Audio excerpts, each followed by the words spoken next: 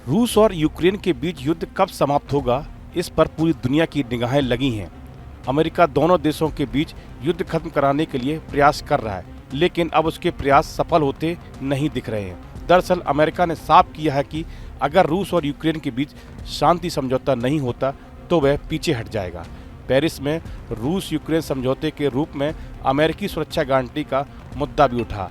America के राष्ट्रपति के रूप में शपथ लेने के बाद ट्रंप के निर्णय से लगने लगा था कि रूस और यूक्रेन के बीच युद्ध विराम हो जाएगा। इसे लेकर ट्रंप ने दोनों देशों के राष्ट्रपति से बात भी की थी, लेकिन अब ये लग रहा है कि अमेरिका अपनी बात से पीछे हटने वाला है। अमेरिकी विदेश मंत्री मार्को रूबियो ने कहा कि अगर दोनों देशों के बीच युद्ध को लेकर समझौता नहीं होता तो वो पीछे हट जाएंगे। एक रिपोर्ट के मुताबिक रूबियो ने पेरिस में यूरोपीय और यूक्रेनी नेताओं से मुलाकात के बाद कहा, हम रूस यूक्रेन के बीच सीज फायर की कोशिशों को महीनों तक जारी नहीं रखेंगे। हमें जल्द ही निर्णय लेने की ज़रूरत है। मैं कुछ ही दिनों की बात कर रहा हूं। अगले कुछ हफ्तों में यह संभव है या नहीं। अगर ऐसा नहीं है तो हमें अन्य प्राथमिकताओं पर भी ध्यान देना होगा।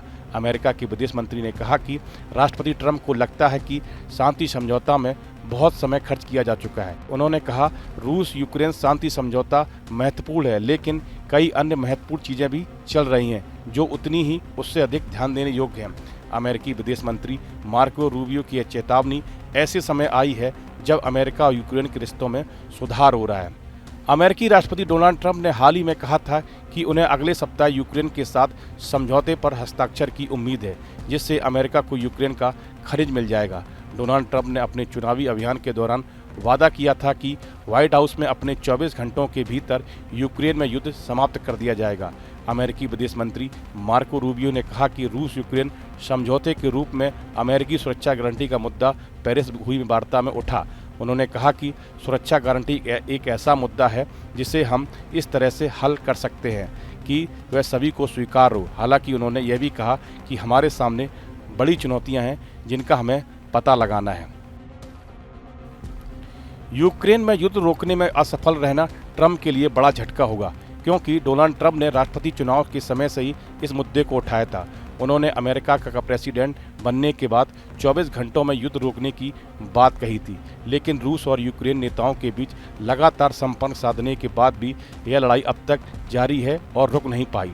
ट्रंप की तमाम कोशिशों के बावजूद यूक्रेन में जंग जारी है। ऐसे में उनकी हताशा बढ़ती दिख रही है। अमेरिकी राष्ट्रपति ट्रंप ने जनवरी में पद संभालने के बाद यूक्रेनी राष्ट्रपति जेलेंस्की पर सख्त रुख अपनाया था। दोनों के बीच व्हाइट हाउस में कहासुनी तक हुई थी। हालांकि बीते कुछ दिन से डोनाल्ड ट्रंप रूस पर सख्त दिख रहे हैं। हाल ही में यूक्रेनी शहर सुमी पर रूस के बैलिस्टिक मिसाइल पर ट्रंप ने सख्त बयान दिया था। उन्होंने इस हमले को रूस की गलती कहा था, जिसमें 34 लोग मारे गए थे।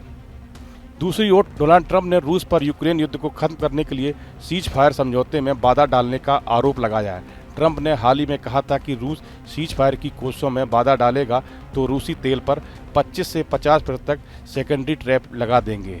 इस तल्खी के बाद ट्रंप और रूसी राष्ट्रपति पुतिन की बैठक की उम्मीदें भी कम होती दिख रही हैं। रूस और यूक्रेन के बीच जंग शुरू हुए 3 साल से ज़्यादा का समय हो चुका है। जब जंग शुरू हुई तो माना जा रहा था कि छोटा देश यूक्रेन कुछ ही दिनों या हफ्तों में रूस के आगे घुटने टेक देगा, लेकिन ऐसा नहीं हुआ। दोनों ही देश लगातार एक दूसरे पर हमले कर रहे हैं। जंग के बीच सबसे बड़ा उलटफेर तब हुआ जब डोनाल्ड ट्रंप अमेरिका के राष्ट्रपति बने। सोवियत संघ के विघटन के बाद यूक्रेन एक स्वतंत्र राष्ट्र रूप में उभरा। हालांकि रूस ने यूक्रेन पर हमेशा से प्रभाव जमाए रखने की कोशिश की। सोवियत संघ का विघटन होने के बाद साल 2014 में रूस ने यूक्रेन के क्रीमिया क्षेत्र पर कब्जा कर लिया। इसके बाद पूर्वी यूक्रेन में रूसी समर्थकों विद्रोहियों ने डोनेट्स्क और लुहांस्क क्षेत्रों में संघर्ष शुरू कर दिया। संघर्ष की चिंगारी धधकती रही और अंत में यह बड़ी जंग में बदल गई। 24 फरवरी 2022 को जंग की शुरुआत के बाद यूक्रेन की 11% जमीन पर रूस ने कब्जा कर लिया है। इस वीडियो में फिलहाल इतना ही। आप बने रहिए न्यूज़ नेशन के डिजिटल प्लेटफॉर्म के साथ।